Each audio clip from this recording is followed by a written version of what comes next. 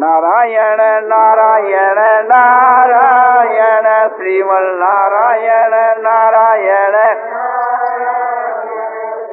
नारायण नारायण श्रीमन नारायण नारायण नारायण नारायण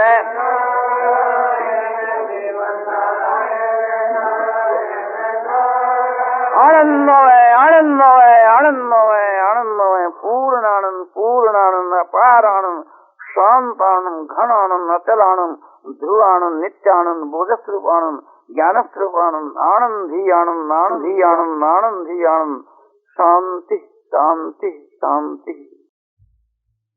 और महापुरुषों के महिमा की कुछ बात बतलाई जाती है। ये जो बतलाया पूर्ण पवित्र जनी कृता वसुंधरा पुण्यवती कहते हैं, उसका कुल पवित्र हो जाता है। तो कुल कैसे पवित्र हो जाता है?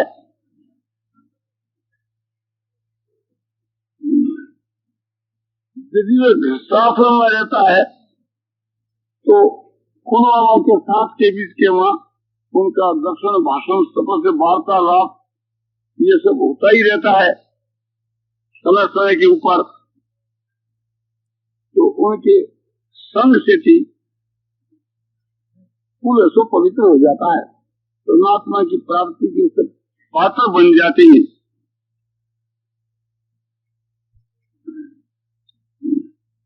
और साथ में रहने से उनकी बात भी मानी जाती है, उनमें स्वार्थ का त्याग होता है, इस कारण से उसका असर भी होता है।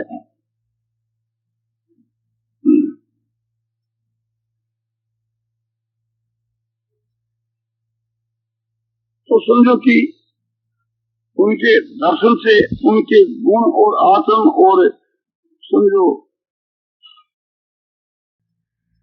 प्रभाव का असर होता है। उसमें जो क्षमा दया शांति समता संतोष आदि जो अनंत जो गुण होते हैं उस गुणों का असर पड़ता है।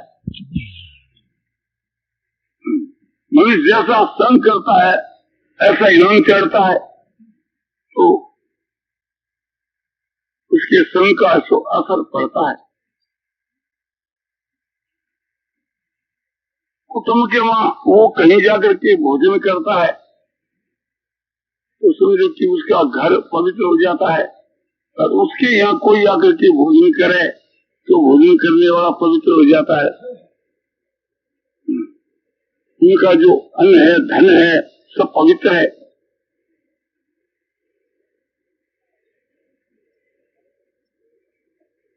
योग भ्रष्ट जो पुरुष है वे पुरुष समझो कि पवित्र लक्ष्मणों के घर के में जन्म लेता है। सचिनाम श्रीमकाम जी योग भ्रष्टों भी जाए थी। कैसे श्रीमान जिनके घर के बीच के मां लक्ष्मी हुए, और कैसे कि वह पवित्र हुए। श्रीमान हुए घर के मां रुपया हुए ऐश्वर्य हुए और पवित्र हुए, क्योंकि श्रीमान जो होते हैं वे अधिकांश के वहाँ अपवित्र ही होते हैं। उनके घर के बीच के वहाँ जो रुपया पैसा जो होता है इकट्ठा होता है तो ज्यादा करके झूठ कपड़ बेईमानी से इकट्ठा होता है, तो वे सूर्य की अपवित्र ही होते हैं। तो किंतु उनके वहाँ कोई कोई अध्यात्म सुंदरी ध्यान में का पवित्र भी होता है, तो पवित्र भी हो और लक्ष्मीवान जो है ऐसे घर के वहाँ योग पुरुष का जन्म होता है, अथवा योगी नाम पूरी भक्ति जीवता अथवा योगियों के कुत्ते जन्म होता है। तो बहुत उच्च कोटि का जो पुरुष है और साधन करते करते मृत्यु आ जाती है, तो ऐसा जो ग्रस्त पुरुष है उसका जन्म योगियों के कुल में होता है। तो इससे ये बात सिद्ध होती है कि गृहस्थाश्रम के वहां भी योगी होते हैं। तो ऐसे उच्च कोटि के गृहस्थी के घर के वहां, योगी के घर के वहां उसका जन्म होता है जो योग भ्रष्ट है। तो योगी जो है, महात्मा जो पुरुष है,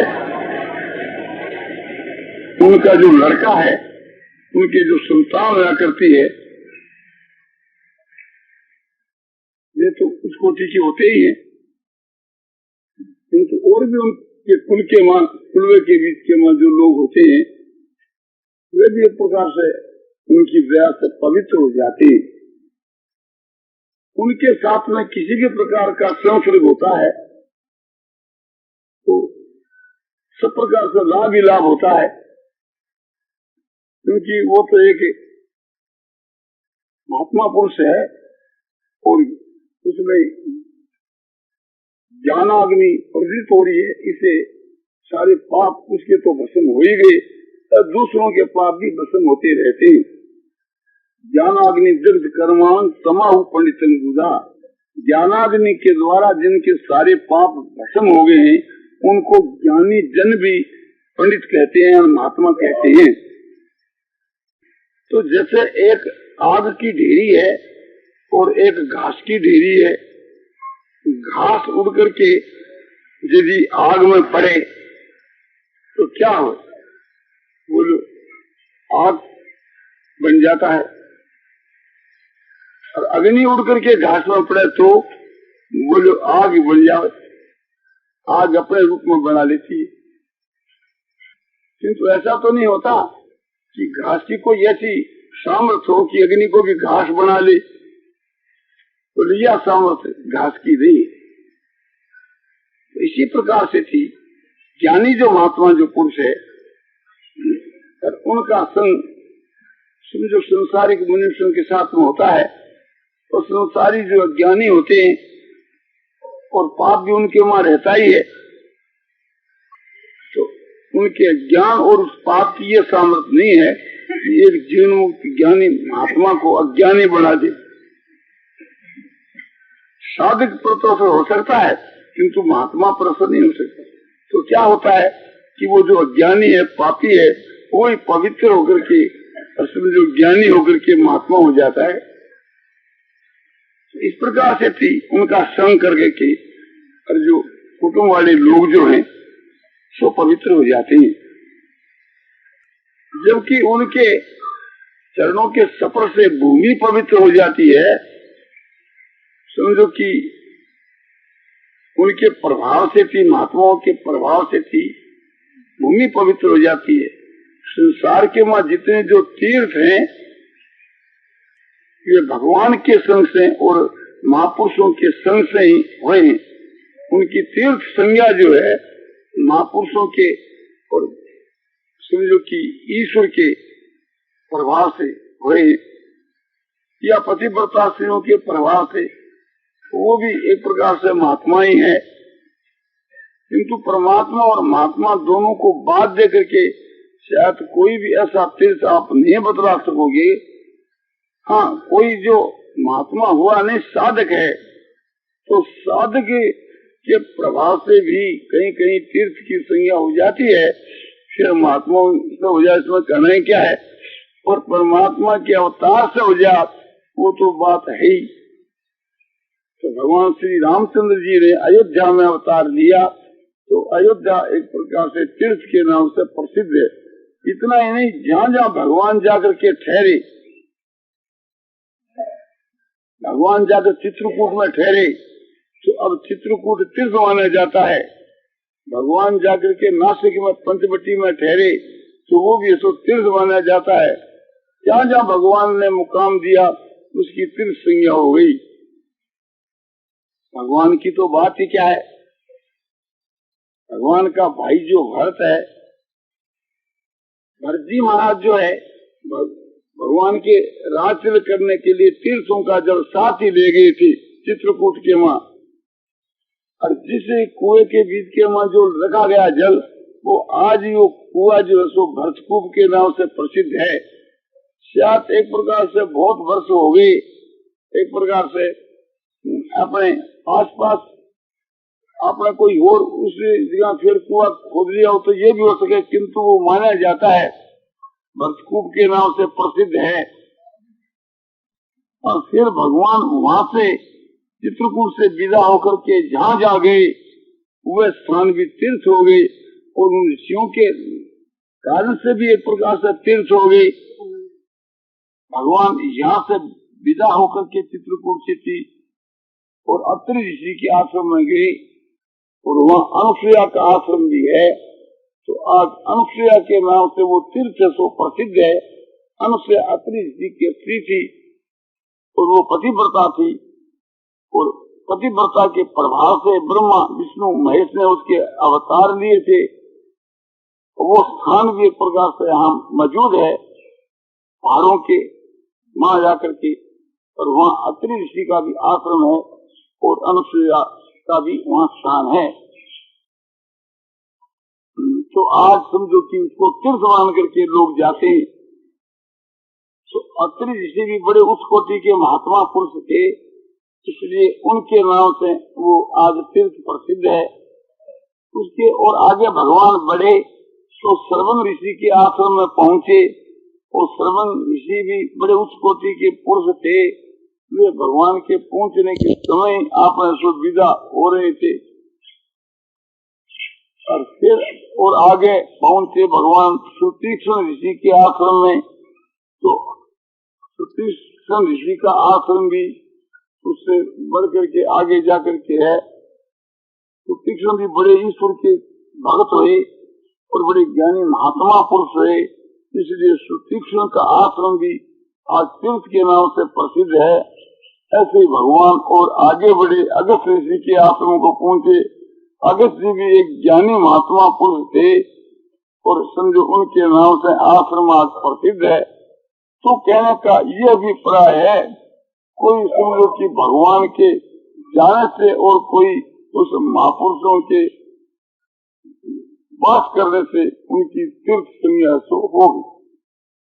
ऐसे यह जो भागीरथी है, यह भगीरथ जो है सो बहुत उच्च कोटि के भगवान समझो कि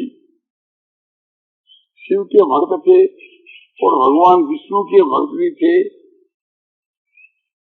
इसके प्रभाव से हमारे देश को पवित्र करने के वास्ते या गंगा यहाँ आई, और समझो कि गंगा का जो किनारा है वो सभी तीर्थ का स्वरूप है।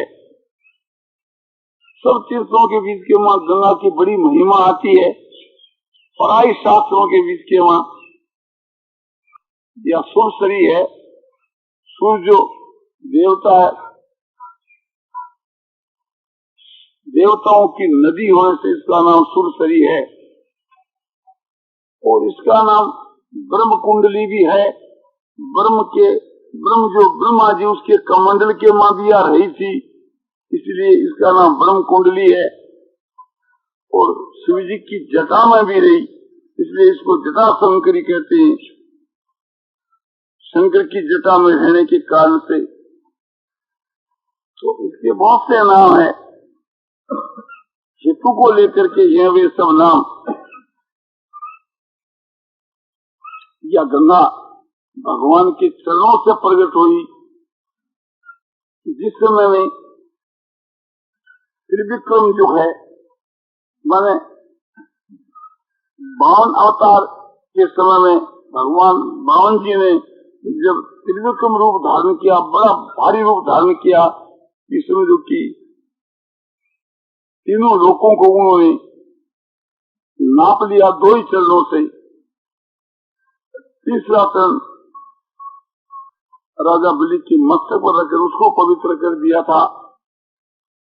जब वो भगवान का चरण ब्रह्मलोक तक पहुंचा तो ब्रह्मा जी ने अपने उस कमंडल के जल से उनके चरण धोए थे, और उस चरण के पहाड़ के ठोकर लगने से उस ब्रह्मलोक के बीच के वहां वो पहाड़ फूट करके उसमें सो गंगा निकली थी। तो भगवान के चरणों को धोती हुई और वो एक प्रकार से स्रोत के बीच के वहां विचरण करती थी।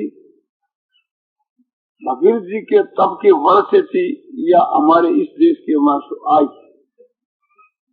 हमारे मतलोक के वहां आई, तो ये सुना जाता है, किसी पुराण के वहां ये कथा होगी कि ब्रह्मा जी से गंगा ने प्रार्थना करी।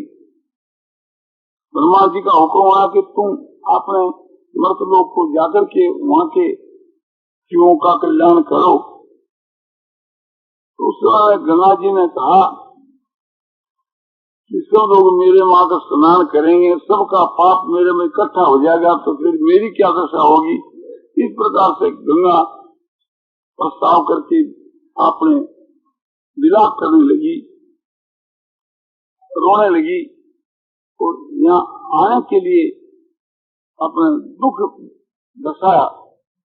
ब्रह्मा जी ने कहा कि तुम व्याकुल मत हो और विलाप मत कर, तो कोई बात की चिंता मत करना।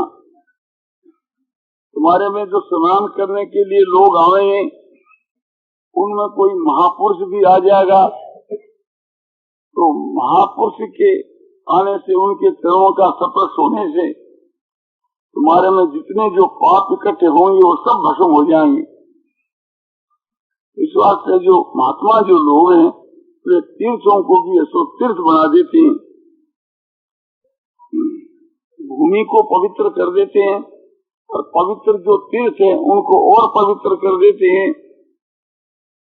उनके लिए कल कथा के बीच के वहां ये बात आई थी कि भगवान भी एक प्रकार से उस महापुरुषों के कुछ कोटि के जो भक्त हैं उनके पीछू पीछू फिरते हैं कि उनके चरणों की धूली की आकांक्षा करते हुए कि उनके चरणों की धूली से जो परम पवित्र भगवान है वे भी अपने को पवित्र मानते हैं। तो बात यह है कि भगवान के जो उत्कोटि के जो भक्त होते हैं वे भगवान के चरणों की धूली को मत धारण करके अपने को पवित्र मानते हैं। भरत जी ने भगवान के चरणों की धूली को उठाकर मस्त धारण किया और अपने को परम पवित्र माना। भगवान की ये मर्यादा है, ये वचन है कि ये सामान प्रपदं से तां सते भजा में हम, जो जिस प्रकार से मुझको भजते हैं उनको मैं उसी प्रकार से भजता हूँ।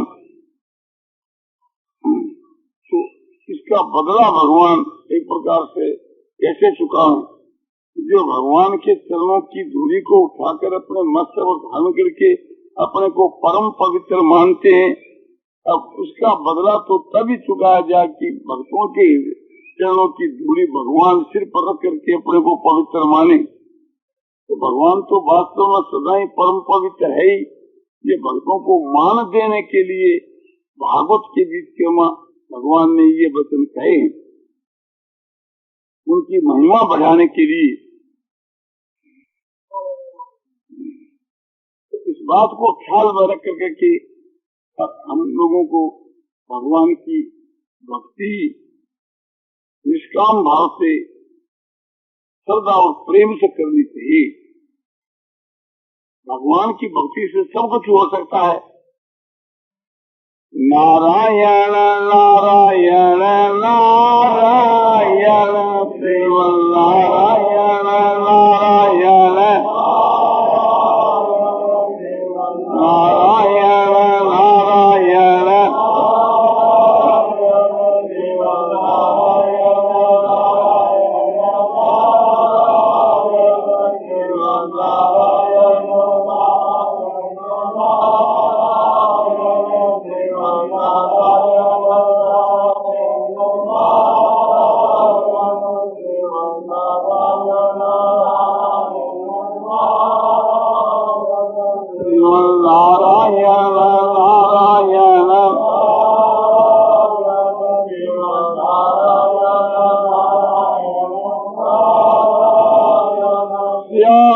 रामचंद्र की जय, मां मुक्तवंशी वाले की जय।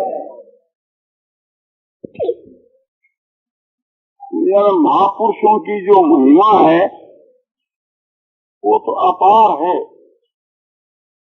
उसको तो महापुरुष भी नहीं कह सकते, दूसरा कौन कह सकता है। जो कुछ यत्किंचित कही जाती है वो तो उनका आभास मात्र है, या यूं कहिए स्तुति के बीच के वहां निंदा है। किसी अरबपति को हम लखपति कहें तो वो स्तुति में निंदा है। शास्त्रों में जिन महापुरुषों की महिमा गाई गई है, वे महापुरुष तो आजकल संसार के वहां मिलने भी बहुत कठिन है। संसार के कल्याण के लिए और भगवान के भेजे हुए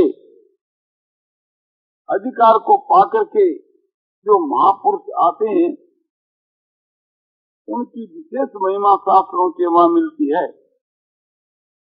उन्हीं को अधिकारी पुरुष कहते हैं, कारक पुरुष कहते हैं। जैसे वेद व्यास जी महाराज थे, उनकी बड़ी अलौकिक महिमा आती है, ऐसी और किसी साधारण मनुष्यों की ऐसी महिमा नहीं देखी गई।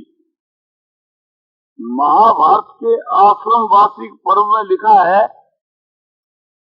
पतिव्रता गांधारी और कुंती देवी और संजय और धृतराष्ट्र ये गंगा के किनारे रह करके तपस्या किया करते थे। उस समय के बीच के मां वेद व्यास जी एक समय में आ पहुंचे। गांधारी के चित्त को दुखित दे करके उन्होंने कहा कि तेरे कौन बात का शोक है।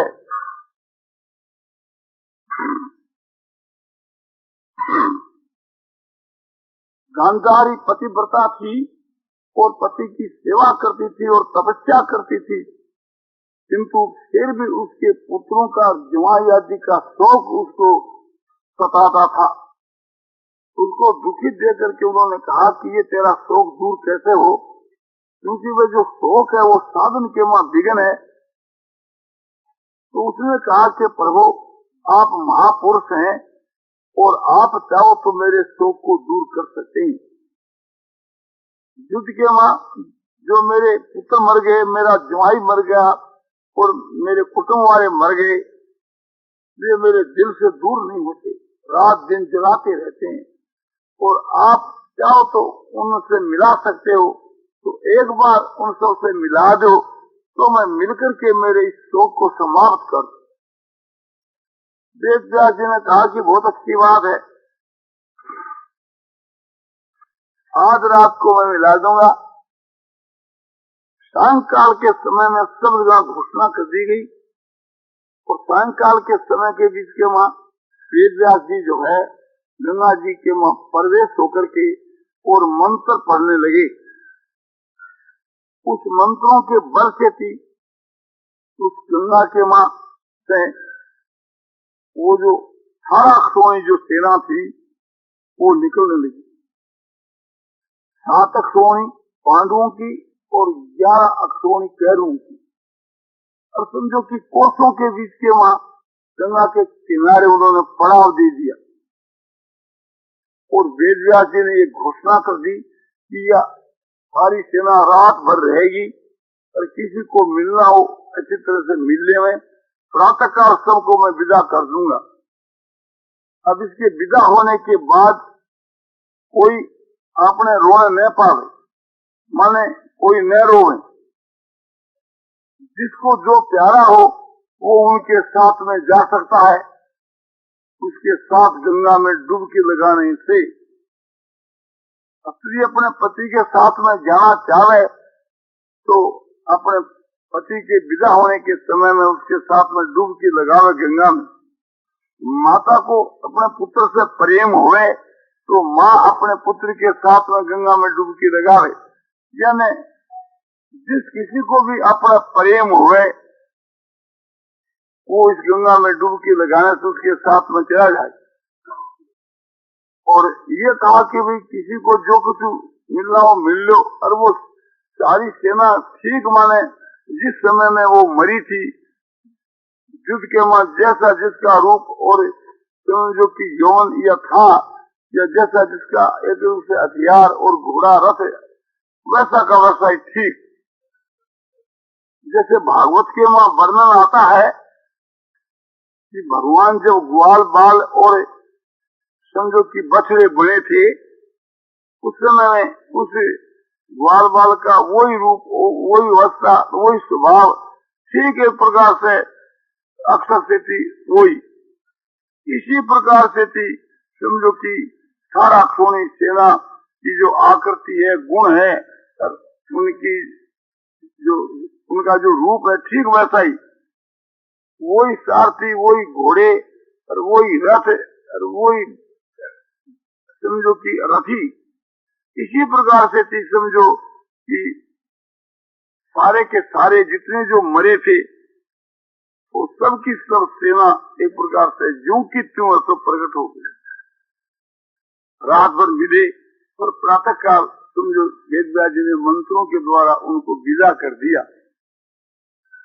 यह कथा जो है वैशंपायन मुनि जन्मेजय जी को सुना। समय के बीच के मां जन्मेजय जी ने पूछा कि यही वेद व्यास जी जो अब हमारी सभा में बैठे हैं, बोले यही वेद व्यास जी। बोले आपने जो बात कही वो असंभव सी बात प्रतीत होती है, उस पर विश्वास नहीं होता। मेरी प्रार्थना है वेद व्यास जी से कि यदि ऐसी बात है तो मेरा जो पिता राजा परीक्षित, उसको मरे बहुत समय हो गया, उनको भी आप बुला दें और मैं जो यज्ञ कर रहा हूँ इस यज्ञ की पूर्ण आहुति मेरे पिताजी आकर के ही देवें और बाकी के यज्ञ की समाप्ति वे ही करें और अंत में पूर्ण आहुति देकर के चाहे वापिस विदा कर दें। वेद व्यास जी की वो बात जत गई। उसी वक्त अपना समझो मंत्र पढ़ करके के और उनका आह्वान किया। राजा परीक्षित उसी वक्त आ गई। राजा परीक्षित का जिस समय में शरीर शांत हुआ था, ठीक वही अवस्था, वही गुण, वही स्वरूप, वही थी। और बाकी का जो यज्ञ का कार्य है परीक्षित के द्वारा ही कराया गया। और समझो कि उसके बाद पूर्णाहुति के उनको वापस लौटा दिया गया। तब उन्होंने कहा कि ये तो प्रत्यक्ष बात है, इस पर तो विश्वास करना ही पड़ता है। तो आप ख्याल करो कि कैसे उच्च कोटि के महापुरुष वेद व्यास जी थे। यही नहीं, वेद व्यास जी जो है वे एक प्रकार सर्वज्ञ थे। जो कोई उनको याद करता था उसी वक्त वहाँ प्रकट हो जाते थे और कहीं कहीं तो बिना याद करे भी आवश्यकता समझते थे तो प्रकट हो जाते थे और कार्य को सिद्ध करके के विदा हो जाते थे। वेद व्यास जी के लिए कोई भी दुनिया में ऐसा कार्य नहीं था कि जो असंभव हो। तो ऐसे ऐसे जो महापुरुष संसार के वहां जो आते हैं संसार के हित के लिए, कल्याण के लिए, उनकी जितनी महिमा गाई जाए उतनी थोड़ी है। और ये जो बात मैंने आपको बतलाई यह तो एक प्रकार से थी उनके लिए साधारण बात है। समझो कि सेना को बुला दिया ये तो मामूली बात है, और वे चाहे तो समझो कि अपने हजारों लाखों का कल्याण कर सकते हैं। उनका तो आना ही होता है संसार के कल्याण के लिए।